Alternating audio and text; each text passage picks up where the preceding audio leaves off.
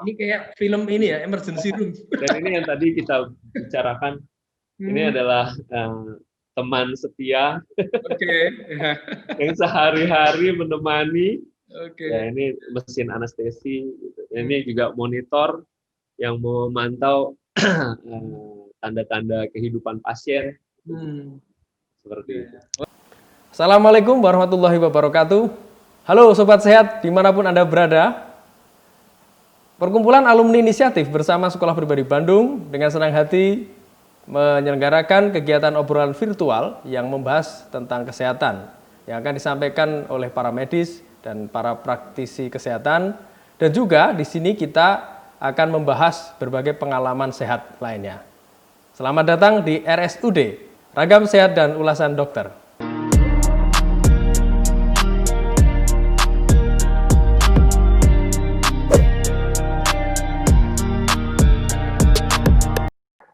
Telah hadir di tengah kita, ya, di tengah-tengah kesibukannya kita paksa datang. Ini kita bisa bilang sosok yang pejuang ya, sekarang pejuang kemanusiaan ini ceritanya. Ya, karena melawan pandemi. Ya inilah dia, Dr. Agung Bintarto. Selamat datang, Dok. Halo Mas. Assalamualaikum warahmatullahi wabarakatuh. Waalaikumsalam warahmatullahi wabarakatuh. Wah, sampai ini sulit membahas. Saya senang sekali karena ya. Terima kasih. Saya tahu dokter ini sibuk banget. Harus menyisakan waktu buat keluarga, buat ngobrol sama teman juga, tapi juga meluangkan waktu berbagi informasi di acara RSUD kali ini. Saya ucapkan terima kasih, Dok. Ya, Dok. Kita ngobrol-ngobrol dulu tentang dokter ini sebenarnya siapa sih gitu. Silakan, Dok. Oh iya, saya mungkin saya buka aja karena memang ini udah selesai sih, nggak masalah ya. Oh ya, terima kasih, Dok. Saya memang kebetulan memang lagi baru banget selesai, jadi ya ini kita bawa ke dalam tempat kerjanya langsung. Oke. Ya, oke. Saya sendiri sebetulnya adalah alumni dari Pribadi Depok ya, SMU. Oh, Sekolah Pribadi Depok. Iya, saya angkatan kedua. Terus ya memang saya angkatan kedua. Untuk waktu itu kita ada berapa ya? Ada dua. Saya lupa, agak satu kelas apa dua kelas gitu. Dan cowok semua ya? Satu kelas ya, satu kelas. Nah, setelah dari Pribadi, waktu itu masih Pribadi tuh di Jalan Raya Margonda, masih tempat asramanya di situ juga, di gedung yang sama. Jadi ada dua gedung tapi nempel gitu. Ya. Nah, di situ jadi kita istilahnya kita tidur di sekolah ya. Suatu pengalaman juga sih. Ya, Dok, di situ cowok semua ya, Dok ya? Ya, waktu awal itu memang masih laki-laki semua, jadi cowok semua gitu. Angkatan pertama tuh kalau nggak salah belasan ya, mungkin sekitar 12, kalau kami itu sekitar 20 gitu, 20. Maksimal waktu itu 24. Oke, satu kelas. Lalu lulus tahun berapa, Dok, dari SMA? Dari SMA itu lulus tahun 99. Jadi nggak lama setelah reformasi itu ya kita lulus, terus ya alhamdulillah masih bisa UMPTN ya. Masih bisa sekolah lanjutin. Artinya penyelenggaraan ini ya, negara masih berlanjut.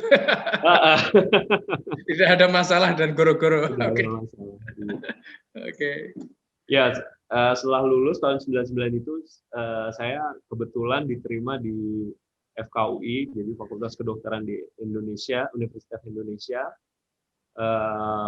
Sekolah selama 6 tahun ya. Sekolah 6 tahun, setelah itu saya sempat ke Aceh karena waktu itu pasca tsunami. Jadi 1 tahun pasca tsunami itu saya ke Aceh November Desember 2006 kalau nggak salah ya. Lalu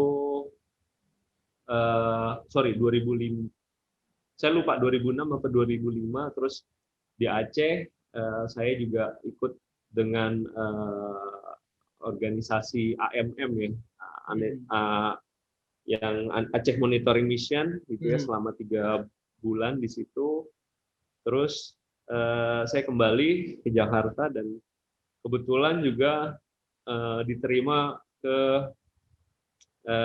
spesialis anestesi, spesialis Oke. anestesiologi. Setelah dari Aceh ya, berarti lulus dari kedokteran sekitar 2005 atau 2004? 2005 2005. lulus, terus nunggu ijazah segala macam. Saya ke Aceh dan setelah sebentar sih 3 bulan saya pulang lagi. Karena memang waktu itu karena Aceh terhitung yang memang pengabdian yang short gitu ya, bisa Ya. dihitung. Baik. Terus saya mau tanya nih, karena kita kan punya pemirsa ini, pasti ada pelajar juga, ada mahasiswa, ada juga yang sudah bekerja juga. Nah, tapi yang paling penting buat kami itu motivasinya dulu ya. Kita harus kupas tuntas. Ngomong-ngomong, Dokter Agung ini kapan sih merasa percaya diri kalau akan menjadi dokter itu? Menjadi dokter ya. Iya. Jadi kebetulan memang dari dulu keluarga saya tuh dekat dengan dunia kedokteran. Jadi ayah ibu itu basicnya adalah asisten apoteker, terus kebetulan juga mengelola klinik dan apotek gitu ya. Jadi memang sehari-hari juga ketemunya juga sama dokter-dokter, sama ke dunia kesehatan lah seperti itu. Tapi dulu dari kecil setelah saya memutuskan untuk ada cita-cita gitu ya. Cita-cita saya sebetulnya jadi dokter hewan. Jadi dokter hewan karena dulu waktu kecil memang saya suka sekali dengan hewan gitu ya, suka dengan memelihara hewan seperti itu. Cuma setelah SMA sebetulnya malah tidak ada preferensi yang dominan. Ya waktu itu hanya ya kita kadang-kadang sebagai anak masih muda waktu itu ya kita ngelihat threshold apa sih namanya itu ya, pas yang terbesar aja. Saya sering kalau misalnya ikut tryout saya ngambilnya malah teknik informatika ITB kalau nggak salah itu yang paling tinggi. Ya.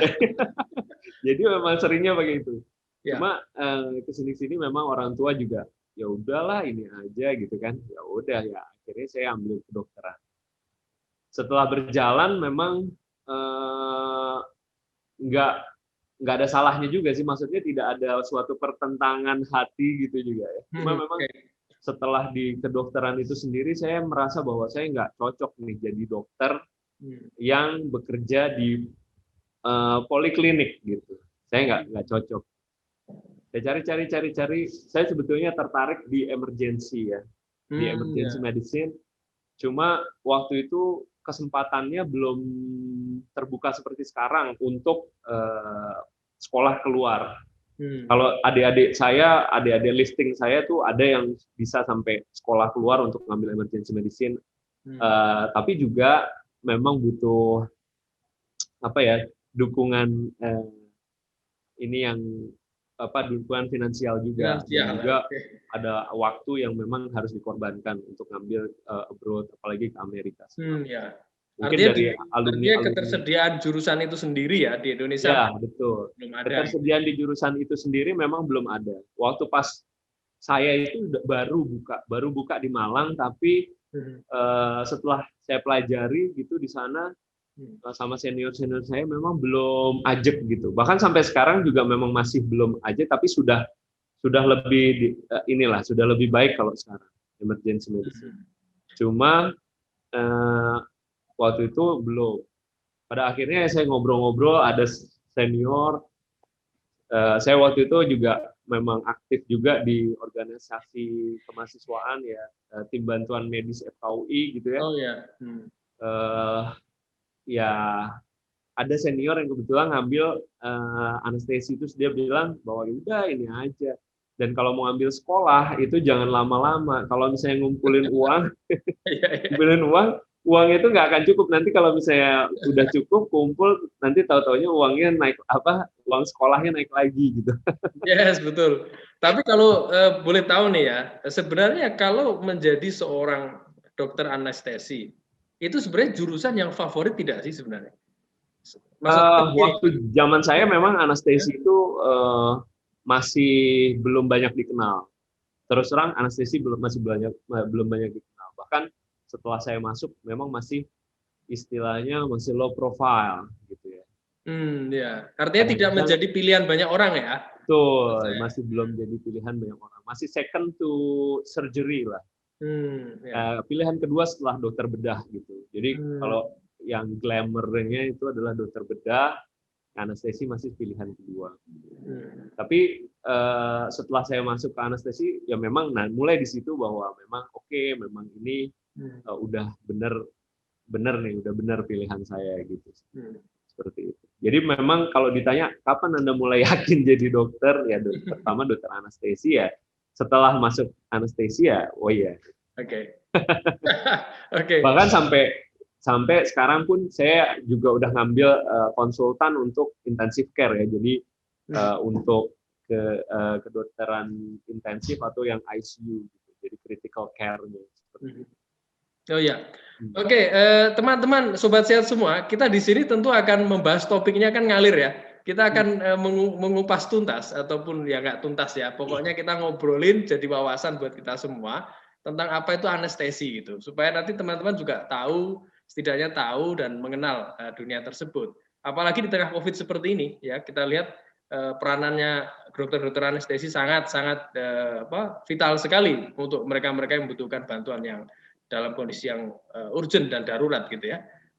Seperti itu dan kita lanjutkan obrolannya. Nah, Dok, sekarang kalau anestesi sendiri di tengah-tengah COVID kayak gini ini gimana ini untuk menangani pasien-pasien itu? Kan kita tahu nih banyak orang kena COVID, tapi kan yang memang dalam tanda petik ya orang kan nggak semuanya punya biaya ya untuk membiayai kesehatannya. Tapi bagi mereka-mereka yang membutuhkan bantuan emergency yang urgent sekali, otomatis kan jumlahnya lebih banyak dong daripada yang sebelum-sebelumnya. Apakah betul itu seperti itu?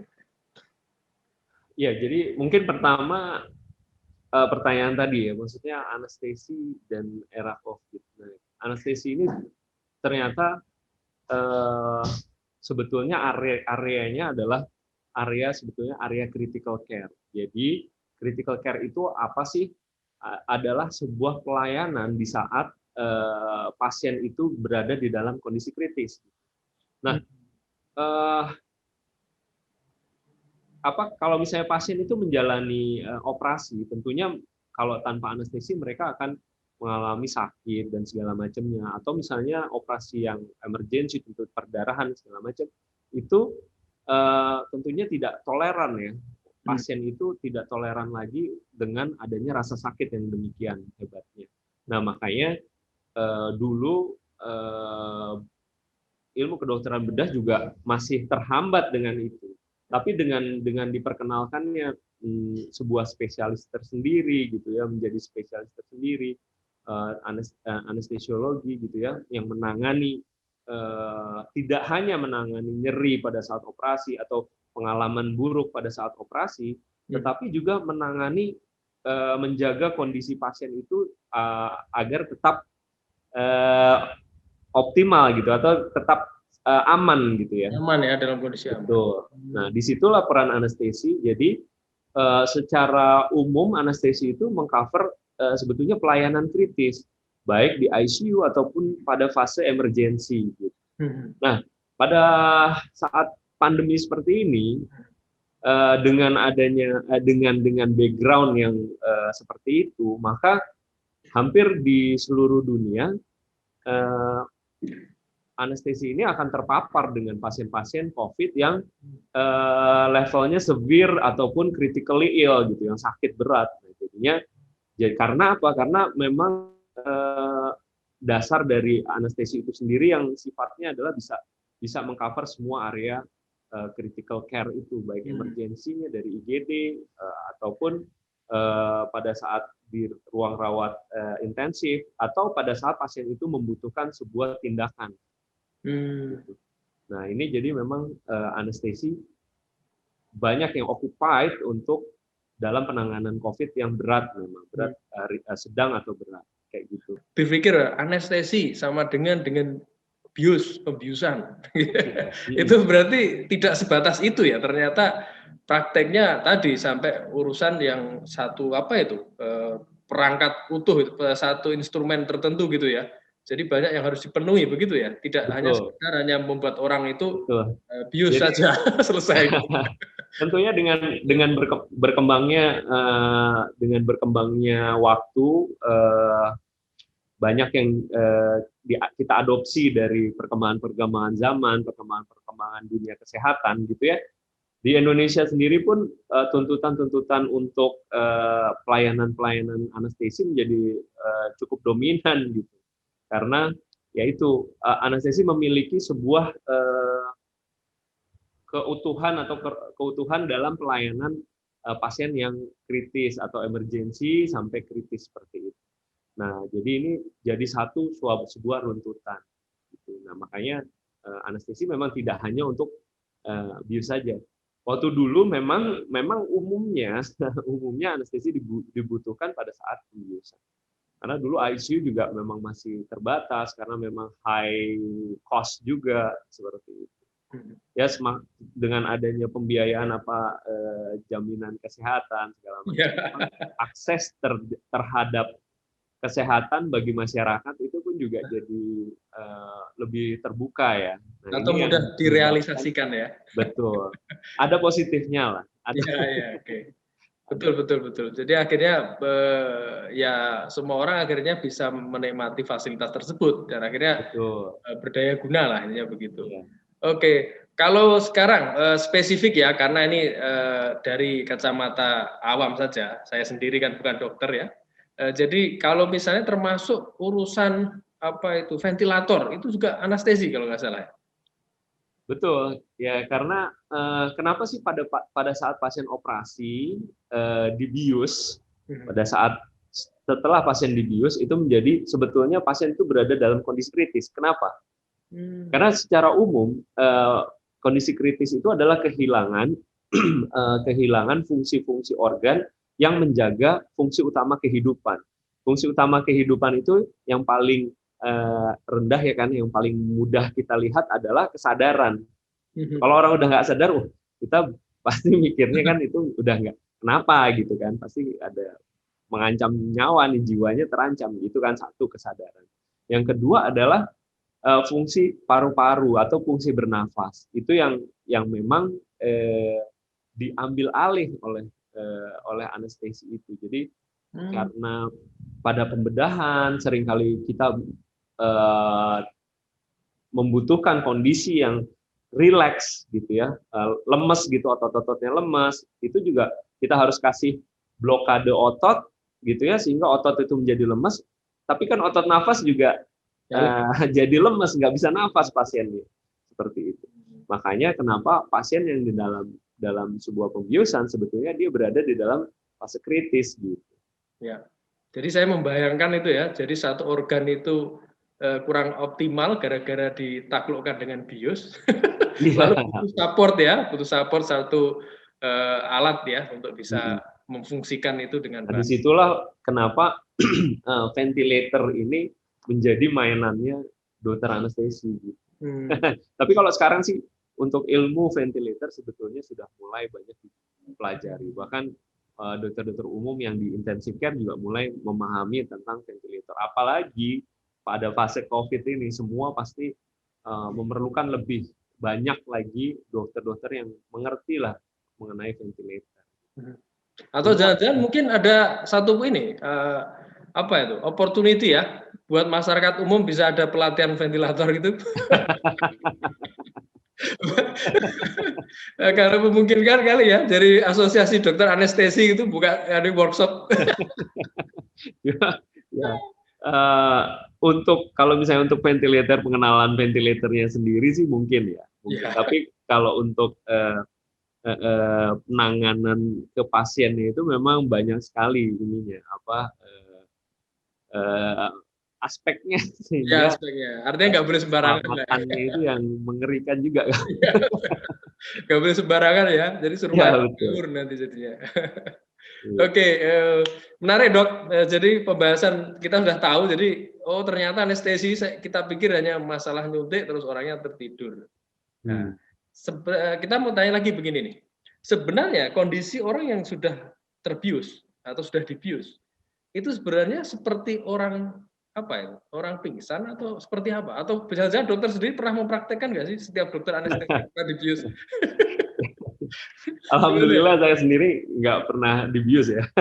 Dibius diri sendiri juga enggak kan? Enggak. Ya itu agak-agak ngeri juga soalnya nanti siapa yang nolongin gitu kan Ya. kalau ini. Nah, eh, jadi masalah pembiusan ini ya, memang anekdotalnya gitu ya, emang sangat anestesi itu sangat menyenangkan. Kalau misalnya dulu zaman kita sekolah gitu ya, kita kita tahu dengan ini yang ke penyalahgunaan apa segala macam itu sepertinya kan menyenangkan, menarik segala macam. Nantang ya. Betul.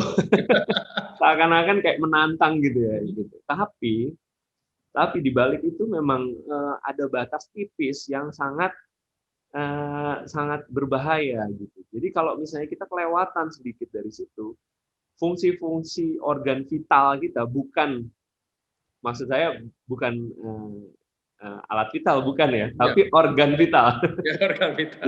Takutnya salah nih. Ya, ya. Disangkanya organ vital itu alat vital, bukan. Jadi yang namanya organ vital itu seperti pernafasan, jantung, dan otak. Itu 3 organ yang utama gitu ya, menandakan orang itu hidup. Nah, itu bisa benar-benar terdepresi dan terganggu sehingga malah terjadi sebuah kematian yang beneran gitu. Oh, jadi setelah dibius malah nggak bangun. Nah, itu. Jadi maksudnya begini. Jadi memang kalau anekdotalnya, kalau dari awam dulu sih, kayaknya asik ya gitu. Kayak misalnya dokter anestesi itu ya passing the gas gitu kan, passing the gas down. Jadi kayak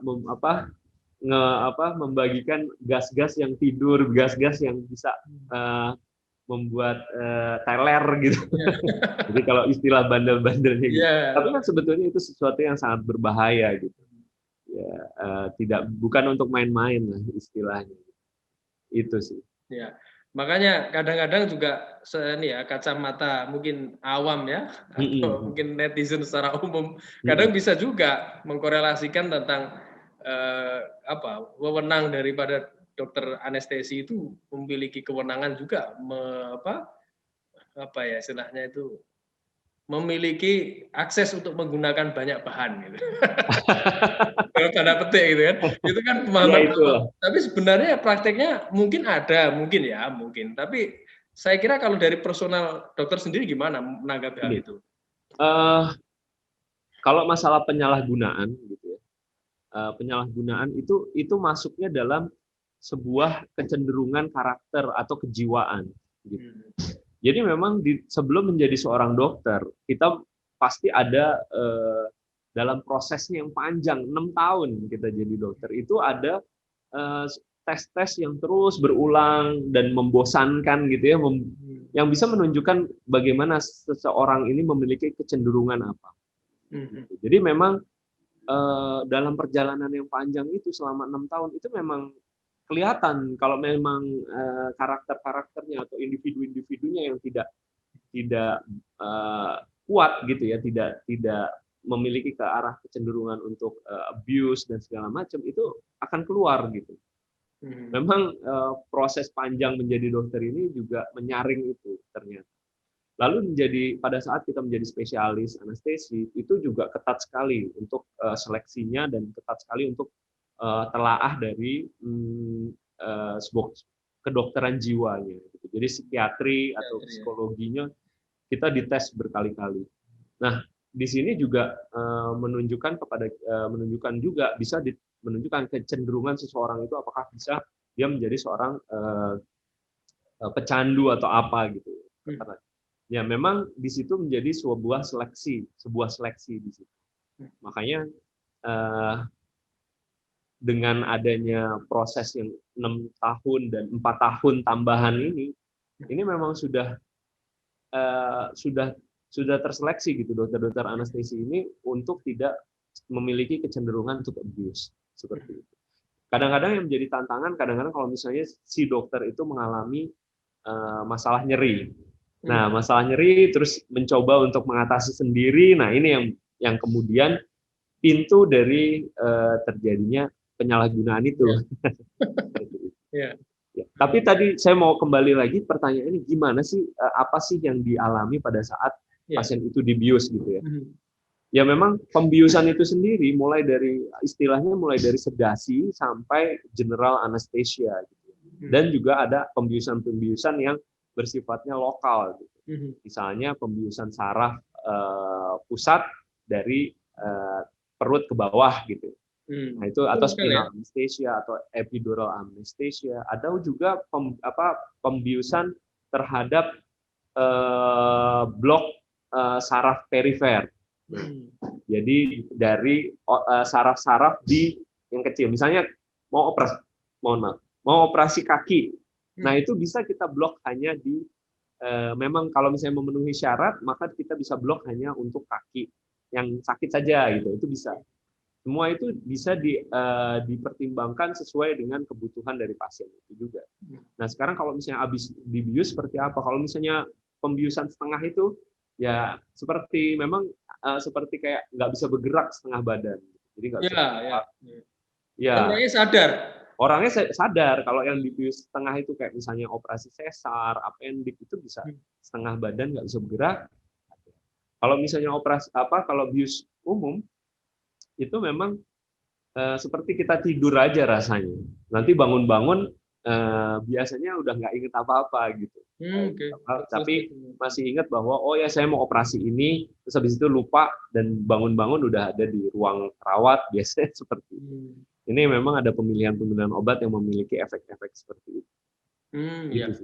Oke, baik dok. Jadi tahu kita sekarang. Nah, mungkin kalau kita sekarang tarik nih sudah cukup lengkap ya secara ya mungkin tidak begitu dalam, tetapi secara umum kita bisa menangkap sekarang sudah paham betul anestesi itu apa, dokter anestesi tugasnya ngapain aja gitu.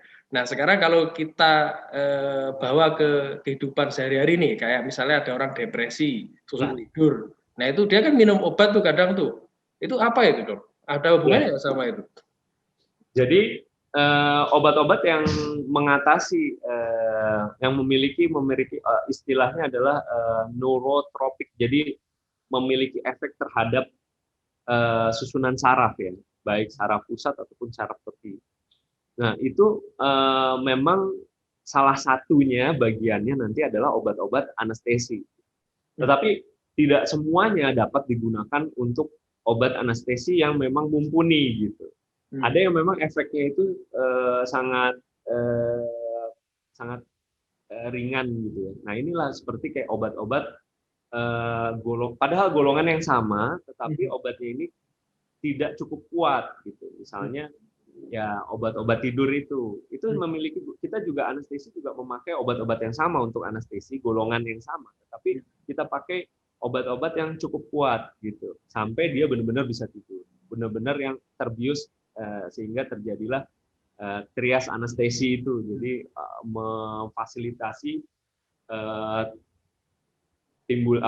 dilakukannya operasi gitu ya. Tapi kalau misalnya obat-obat yang biasa untuk misalnya depresi atau nggak bisa tidur, nah itu memang efeknya itu tidak terlalu kuat. Tapi kalau misalnya digunakan overuse, itu memiliki rentang bahaya yang tipis gitu. Jadi kalau begitu diulang overdose itu udah langsung mengancam nyawa gitu. Jadi kalau obat-obat anestesi itu sendiri yang sekarang yang ideal adalah obat yang cukup kuat, cukup poten ya istilahnya, tapi dia memiliki short acting sehingga pengontrolannya itu juga bisa lebih tepat gitu, lebih akurat gitu. Jadi kalau tadi kan kita bilang, oh ya anestesi seperti menyenangkan ya. Memang hal-hal yang menyenangkan. Oke, itu anekdotalnya seperti itu. Tapi kenyataannya memang sesuatu yang serius gitu. Tidak bisa tidak bukan untuk Salah-salah ya. rekreasi gitu. Tidak bisa salah-salah, Salah-salah. bukan untuk rekreasional. Iya. Saya mau tidur pakai obat anestesi ya nggak bisa begitu gitu. Oke. Nah, tapi dengan pemilihan obat yang baik maka anestesi itu sesungguhnya adalah sangat aman gitu. Sangat aman dan semakin ke sini pilihan-pilihan obatnya juga sangat nyaman gitu. Terus kalau ada pengetahuan nggak ya kira-kira, oke, anestesi itu kan untuk hadir ataupun tindakan anestesi itu hadir dalam kondisi-kondisi yang tadi kritis, urgent, critical ataupun apapun emergency. Ya. Berarti ada nggak pemanfaatan di aspek lain yang sifatnya itu bisa digunakan dengan leluasa gitu, dengan dosis tertentu mungkin. Ada nggak contoh pemakaian atau pemanfaatan anestesi itu? Selain tidur sama depresi tadi ya. Atau mungkin tidak perlu gitu. Artinya orang hidup itu nggak perlu pakai gitu-gituan. Ya, secara umum sih sebetulnya orang hidup tidak perlu pakai gitu-gituan. Jadi penggunaan obat-obat anestesi untuk rekreasional itu memang masih menjadi sesuatu yang gitu ya. Seperti itu sih. Iya, mungkin hidupnya kurang sulit ya, atau terlampau sulit. Kurang sulit Artinya jadi ya. kita nangkap ya, intinya urusan anestesi itu adalah berkonsekuensi dan punya satu rentang kritis yang berbahaya sekali kalau misalnya orang sembarangan menggunakan tanpa pengetahuan dan apa itu, ibaratnya apa itu, keilmuan khusus, nah gitu ya. Jadi itu memang betul, itu yang tepat sekali bahwa memang tergantung dari man behind the gun-nya. Kalau yes, ya. senapan itu pasti berbahaya. Betul. Ya. Kalau anak kecil yang megang ya sangat berbahaya sekali. Bisa iseng ya. Bisa iseng. Terus gini dok, ada pertanyaan lagi nih. Pernah nggak punya pengalaman ada pasien ataupun waktu praktek tindakan yang unik atau lucu atau apa gitu? Misalnya katakanlah gini, ada orang datang, dok, aku minta obat dong. Langsung gitu misalnya. Ada nggak kayak gitu? Atau teman sendiri mungkin iseng gitu? Apa ya? Kalau praktek sebagai anestesi sebetulnya banyak hal yang sangat menarik tuh banyak. Mulai dari pasien bangun sangat malah seger banget gitu. Oh gitu, ekspresif gitu ya? Rupanya beliau kurang tidur gitu. Habis operasi kok malah seger gitu. Oh gitu, testimoninya begitu ya? Iya gitu, itu banyak sih. Yang ini terus ya yang lucu, saya kebetulan pas lagi lupa. Lagi lupa gitu. Nanti kalau misalnya pas lagi ada yang inget saya. Tapi yang jelas dokter itu pokoknya ini ya, orang yang paling melihat langsung ya reaksi dari pasien itu ketika sebelum dilakukan operasi dan ketika waktu bangun dari operasi. Itu ya gitu ya. Betul. Jadi waktu mau operasi bilang, ingat-ingat Pak, harus minta ampun pada Allah gitu ya. Harus bertobat. Gitu. Begitu bangun langsung selamat datang, Anda sudah masuk surga.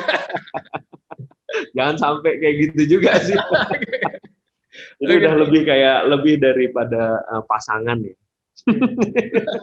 Oh jadi iya. Kalau mau tidur gitu yang dilihat terakhir, pas bangun dilihat pertama. Iya gitu. Betul. Oke baik ya, bisa digambarkan, bisa dibayangkan juga ya. Baik dong, kalau gitu kita asik ngobrol nih, ternyata kita sudah ngobrol lumayan nih juga ini dan ambil waktunya. Mungkin satu hal lagi yang menjadi penutup dari kesimpulan pembicaraan kita, ya sebenarnya bukan kesimpulan ya, mungkin yang paling tepat kita minta ini aja, afirmasi ataupun minta apa ini istilahnya, hal yang menginspirasi aja untuk teman-teman yang menonton acara ini. Silahkan dok. Iya, buat teman-teman mungkin ya kalau yang punya rasa ingin tahu gitu bagaimana jadi dokter atau jadi apa ya memang kesempatan itu masih terbuka lebar gitu, masih terbuka lebar dan juga sangat enak ya. Sangat enaknya itu apa? Karena memang kita bekerja itu kesempatan kita untuk beribadah lebih besar tentunya. Iya, iya.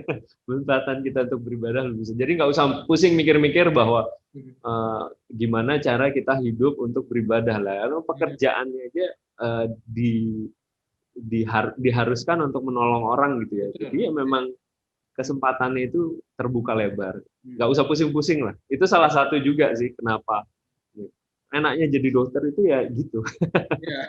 Kalau ya kita nggak pusing-pusing gimana menjadikan kehidupan kita sehari-hari itu menjadi sebuah ibadah. Iya. Tinggal masalahnya adalah bagaimana kita meluruskan niat dan segala macam menjalani itu dengan baik dan bertanggung jawab ya. Iya. Itu sih. Oke, sip, Dok. Ini sekarang masih di rumah sakit berarti ya? Ini saya masih di rumah sakit nih, kebetulan tadi baru selesai dan ya sekalian aja lah saya bawa ke dalam. Oke, bisa dong ditunjukin Kerjanya. sedikit suasana di sekitarnya? Kenapa?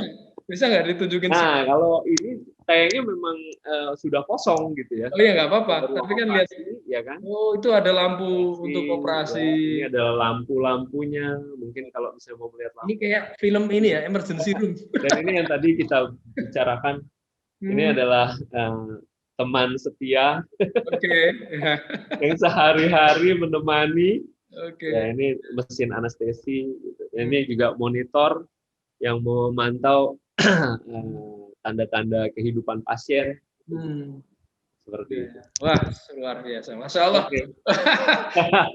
Terima kasih, terima kasih. Ya, Semoga dokter sehat selalu ya. Terima kasih banyak. Selamat. Dan kalau masalahnya sangat dibutuhkan ini. Urusannya masih panjang. Moga-moga nggak selama itu ya. Maksudnya Ya. ini nggak selama itu. Ya, Dok. Baik, Dokter Agung, terima kasih telah meluangkan waktu dan Sama-sama, Mas. kita Terima kasih juga, Pak. Insya Allah nanti ke depan teman-teman nanti kita akan sambung lagi karena ini RSUD ya, ragam sehat dan ulasan dokter. Nanti kita datangkan yang lain dokter lain. Nanti Dokter Agung lain kali datang lagi tapi nggak ngomongin tentang anestesi mungkin bicara tentang tentang hidup sehat dengan olahraga atau herbal atau menahan amarah di dalam keluarga misalnya. Itu juga perlu dibagi loh, karena dokter itu ya nggak tahu kehidupan pribadi lagi yang mana diekspos.